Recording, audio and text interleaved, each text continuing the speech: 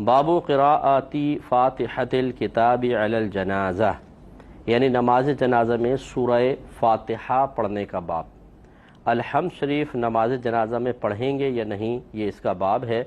امام شافعی رحمۃ اللہ علیہ کے نزدیک جنازے میں سورہ فاتحہ پڑھی جائے گی، جبکہ احناف اس کا انکار کرتے ہیں۔ تو پھر میں عوام کے لیے ایک دفعہ گزارش کرتا ہوں کہ ہماری عوام یہ سمجھتی ہے، چونکہ دلائل تو ان کے پیش نظر ہوتے نہیں ہیں، اقوال آتے ہیں کہ بھئی اس قول میں امام اعظم یہ فرماتے ہیں، یہ اس چیز کے بارے میں امام اعظم کا قول یہ ہے، امام شافعی رحمۃ اللہ علیہ کا قول یہ ہے، اور دونوں اقوال بظاہر ایک دوسرے سے ٹکرا رہے ہوتے ہیں۔ تو ہماری عوام کا کام یہی ہوتا ہے بس کہ وہ یہ تحقیق کی طرف تو نہیں آتے کہ بھئی ان کے دلائل کیا ہیں، یا دونوں اپنی اپنی جگہ دلیل کے اعتبار سے صحیح ہیں، بلکہ وہ فوراً اپنی جان چھڑانے کے لیے بھئی یہ مولوی تو لڑتے رہتے ہیں، یار کوئی ایسی چیز نہیں جس میں اختلاف نہ کریں۔ تو ان کو سمجھانے کے لیے عرض کر رہا ہوں کہ ابھی آپ چند حدیثیں دیکھیں گے، میں آپ کو عرض کروں گا احناف کی بھی دلیل ہیں اور امام شافعی کی بھی ہیں، اور دونوں اپنے اپنے دلائل کے مطابق وہ کہتے ہیں سورہ فاتحہ پڑھنی چاہیے، یہ کہتے ہیں سورہ فاتحہ نہیں پڑھنی چاہیے۔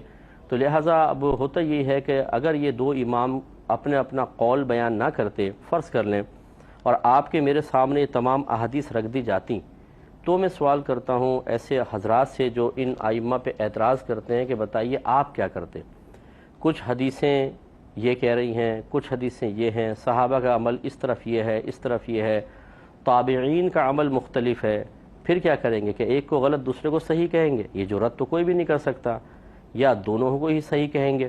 جب دونوں کو صحیح کہیں گے تو وہی تو ہم کہہ رہے ہیں کہ امام شافعی رحمۃ اللہ علیہ نے ایک حدیث کو اختیار کیا، امام اعظم ابو حنیفہ رضی اللہ تعالیٰ عنہ نے دوسری کو اختیار کیا، دونوں اپنے اپنے مقام پر ٹھیک ہیں، لیکن عوام الناس کو یہ اختیار نہیں ہوتا کہ وہ از خود جس حدیث پہ جب چاہے عمل کر لیں، کیونکہ اس کی پیچیدگیاں اور عمل کرنے کی شرائط ان کے پیش نظر نہیں ہوتی۔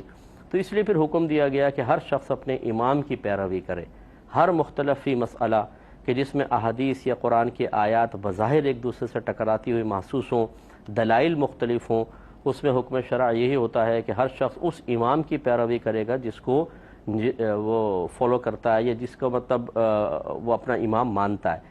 امام اعظم کو ماننے والے حنفی کہلاتے ہیں، امام شافعی رحمۃ اللہ علیہ کے ماننے والے شافعی کہلاتے ہیں۔ وہ اپنے اپنے امام کی پیروی کریں اور دونوں بالکل حق ہیں۔ اب دیکھیے ذرا اس باب میں حدیث کیا ہے۔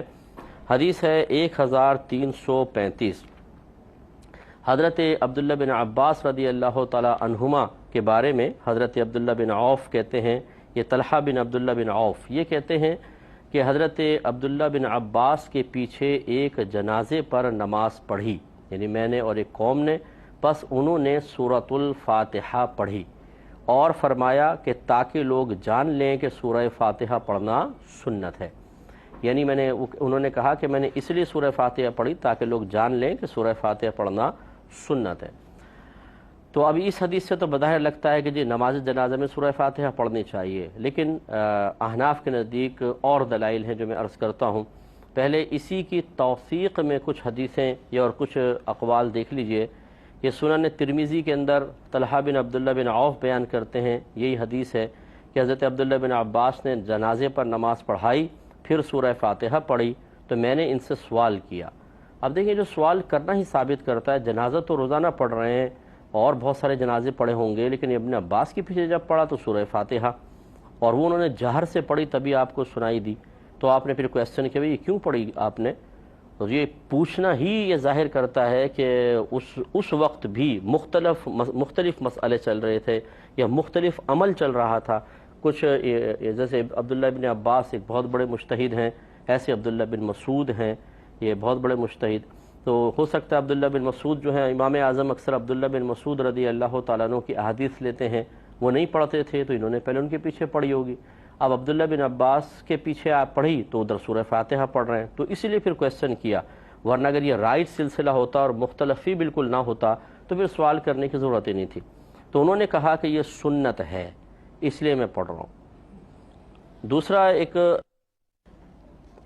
اور روایت میں ہے کہ طلحہ بن عبداللہ بن عوف بیان کرتے ہیں کہ میں نے حضرت عبداللہ بن عباس کے پیچھے نماز جنازہ پڑھی تو انہوں نے بلند آواز سے سورہ فاتحہ پڑھی اور ایک سورت پڑھی حتیٰ کہ ہم کو سنایا، یعنی جہر سے۔ اب اس میں دیکھیں سورہ فاتحہ بھی اس کے ساتھ ایک اور سورت پڑھی اور ہمیں بلند آواز سے پڑھ کر سنایا۔ جب وہ فارغ ہو گئے تو میں نے ان کا ہاتھ پکڑ کر ان سے سوال کیا تو انہوں نے کہا کہ یہ سنت اور حق ہے۔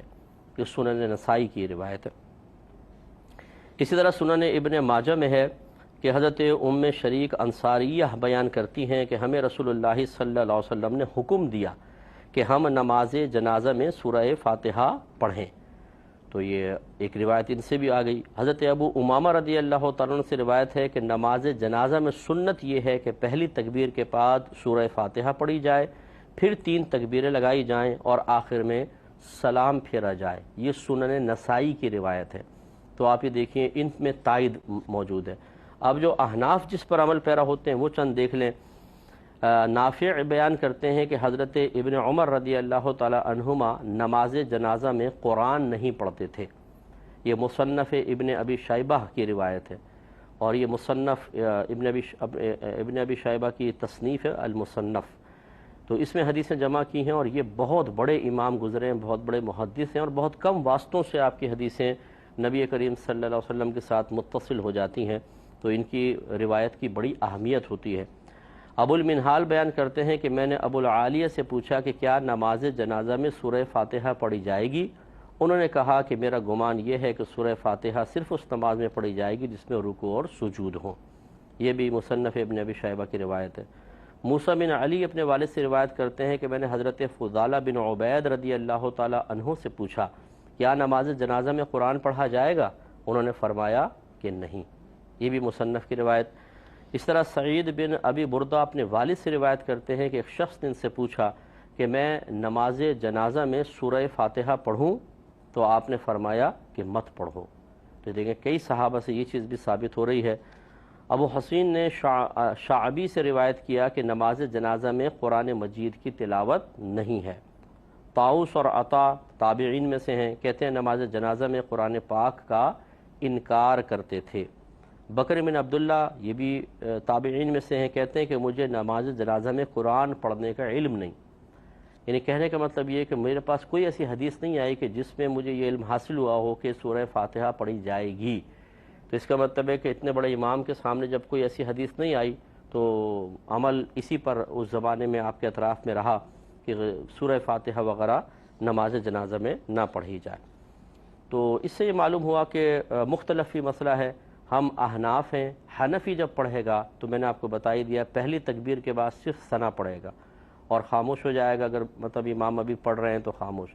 دوسری تکبیر لگے گی درود ابراہیمی پڑھ لے، تیسری تکبیر لگے گی تو پھر میت کے لیے دعا ہے، اور چوتھی تکبیر کے بعد کچھ پڑھنا نہیں ہے، ہاتھ کھول کر سلام پھیر دینا ہے۔ یہ بس ہوتا ہے۔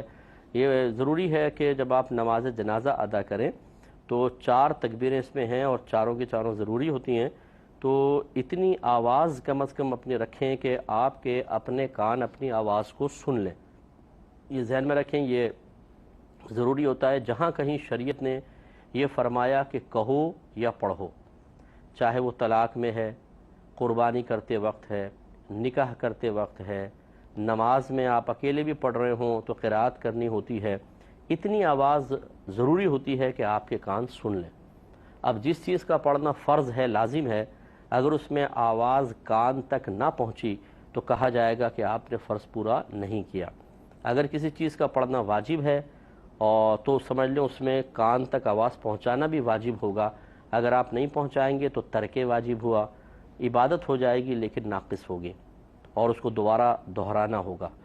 اور اگر آپ نے کسی چیز کا پڑھنا سنت تھا تو اس میں اتنی آواز سنت ہے کہ کانوں تک آواز پہنچے، اگر نہیں پہنچائی تو ترک سنت ہوا، فرض بھی ادا ہو جائے گا، نقص بھی اتنا زیادہ نہیں ہے لیکن ثواب میں کمی آئے گی۔ اس عبادت کو دوبارہ لوٹانے کی حاجت نہیں ہے لیکن بہرحال ثواب میں کمی آئی۔